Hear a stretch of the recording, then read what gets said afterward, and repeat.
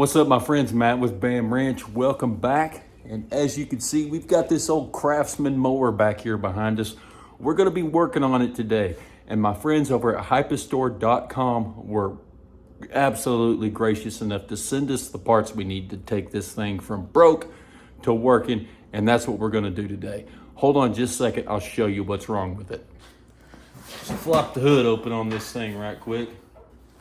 And man, this thing has been abused. This was a freebie mower that I got, and I'm not sure what I'm going to use it for yet. But let's just take a look. We've got a few things wrong with this. All of them are going to be pretty easy fixes. And like I said, they over there at HIPA, they sent me the parts it's going to take to get this thing running.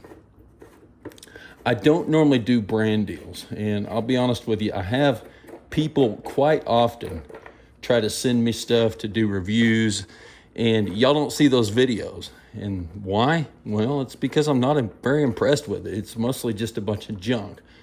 So the fact that you're actually seeing this particular video from the HIPA store says something in itself. Because if I think it's junk, I'm just not going to use it. Okay, so if we'll look here, we've got a fuel line with no filter in it. Oil looks absolutely, well, it's not even there. So we'll have to do that, take care of that. And this carburetor, we'll get this taken apart, but it's leaking fuel out the bowl really bad. It's obvious there's parts on this carburetor that aren't original to the machine. So let's go through and get all of this stuff taken apart, get this carburetor replaced. I was going to rebuild this carburetor, but for less than, $40 to have this stuff shipped. And I'll put some Amazon links to some of their stuff, and as well as a link to their store in the description below. But for that price, I'm not going to mess with rebuilding it. These carb mount bolts, and this also holds this housing on for the air intake. It's just a 10 millimeter.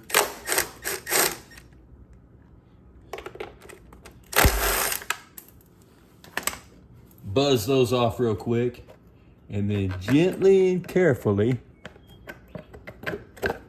work that off. And if you'll look behind here, if you can see this hose right here, this connects right through here. So you'll have to work that hose out. It just pops off the back, just fits in that little hole there. Oh man, look at the crusty rat's nest. Clean some of that junk out of there. I'm just going to take this hose, pop it off, and set it out of the way for now. We'll need to clean that up before we go back together with this. This is the part that can kind of trick some people up, is how all these linkages work. And how do you take them off, and this and that and the other. But the easiest thing I've found is to work this carburetor off of the bolts. Disconnect your fuel line. It doesn't even have any clamps on it. And then rotate these up individually.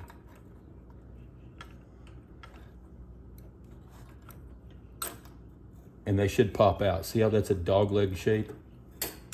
Do the same with the other side.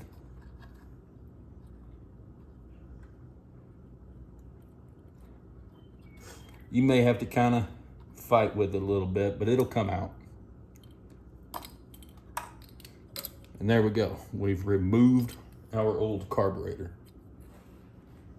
So we'll start by just cleaning this up a little bit. There's our old gasket. We want to make sure and get that off of there. Otherwise, we'll have a vacuum leak. Keep as much air out of that intake as possible. We'll just stick a rolled up paper towel in there for now. And clean off this junk we got here. We really couldn't get to this to clean it off beforehand, but if you can ever get to it, if it's accessible, it's always better to clean this stuff off before you get the carburetor taken loose. It just kind of saves you from making a mess and eliminates the amount of junk that you're going to get inside the crankcase. HIPA did send us a new, with the new carburetor, they sent us the wires and everything so that we can go ahead and replace all this broken stuff, which is a absolute breath of fresh air, because I saw that there and I was worried we weren't going to be able to hook that back up and we were going to have to modify it in some way. So that's kind of cool that they sent that as well. This is just a 5/16 bolt holding that on. Like I said, this is easy. I'm doing this on a Craftsman mower with a Kohler engine, but this is, you can do it on whatever engine you want, and they're all pretty much the same. Let's see, do our connectors look the same? Huh, they do. And look, they even sent a new connector for if this one was messed up for some reason. A new butt connector, or plug-in connect. What do you call these things? Somebody help me out here. So we'll go ahead and just plug that bad boy in. Look, huh, cool. All right, let's pull our paper towel out. Get that paper towel out of there.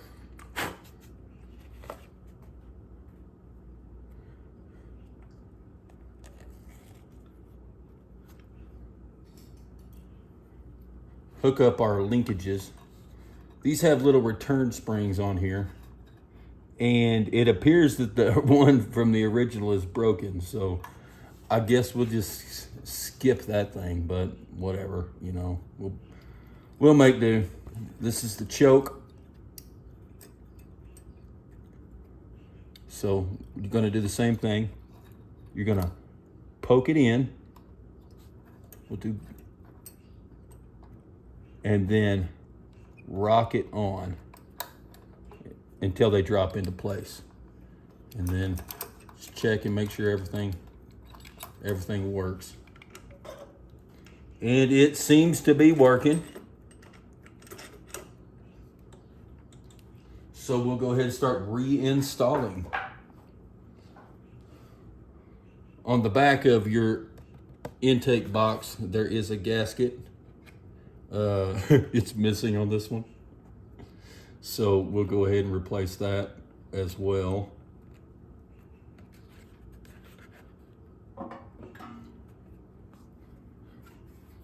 Our vent hose,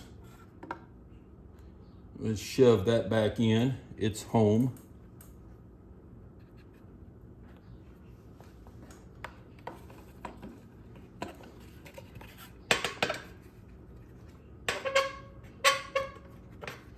And I don't know, we may get this put back together and this thing may not run at all. So I'll go through later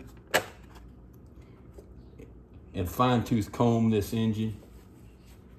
But right now I want to make sure it's just going to fire up.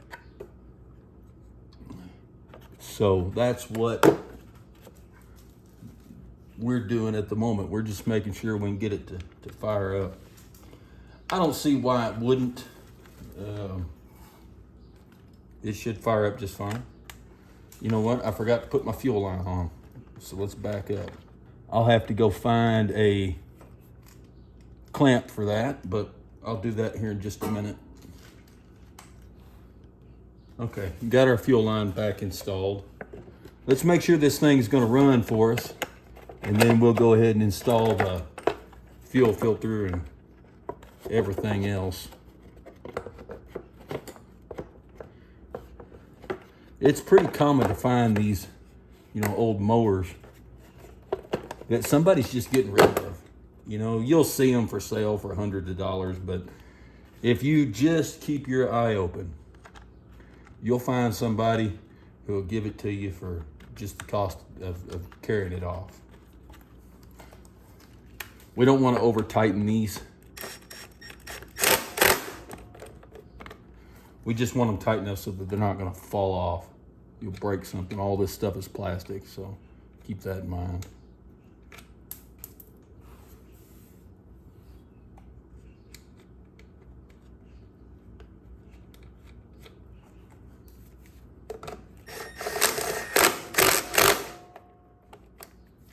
All right, now let's hook up our anti-backfire device.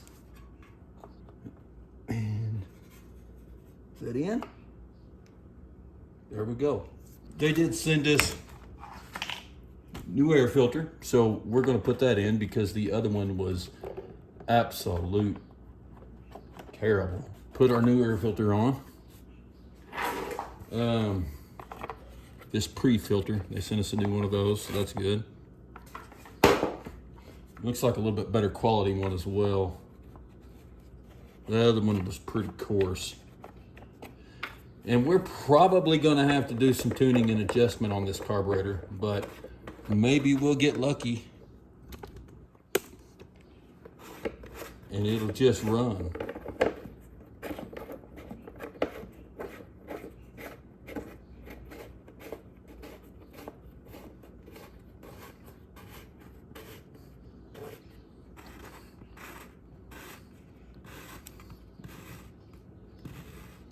Okay, moment of truth.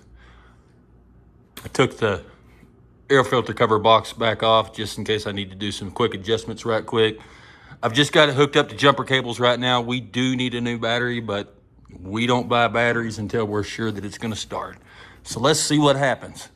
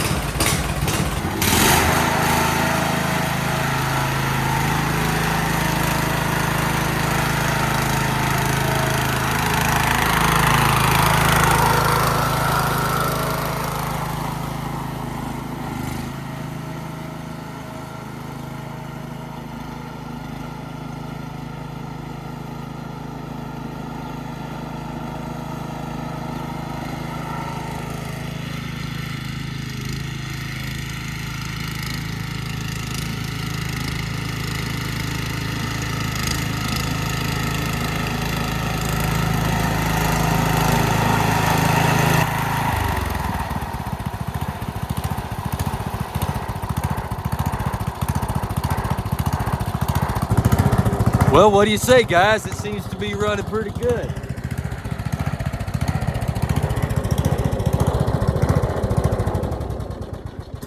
We are gonna have to get a battery for it, and I don't know, maybe y'all tell me, what do we do with this thing? I'm gonna mow on that thing any day, but for a free mower, I don't know. Maybe I ought to just take the cutting deck off of it and just kind of use it like a tractor to, you know, move trailers and, you know, move a garden cart and stuff around. I don't know. There's also the possibility of, you know, they make those racing mowers that go like 30 miles an hour. That'd be a fun project to do. But anyway, like I said, thanks once again to HIPA, to the hyperstore.com. They sent me the parts for that, and I'll put a link to their website in the description as well as the comments, and I'll put some affiliate links to Amazon if you want to pick up some of the parts, and like the Milwaukee screw gun I was using, and we'll have a video coming up pretty soon about their toolkit as well. I'm impressed. That worked pretty good, and y'all can see that was easy to do. No reason, like, I needed one thing. That was a 10mm socket.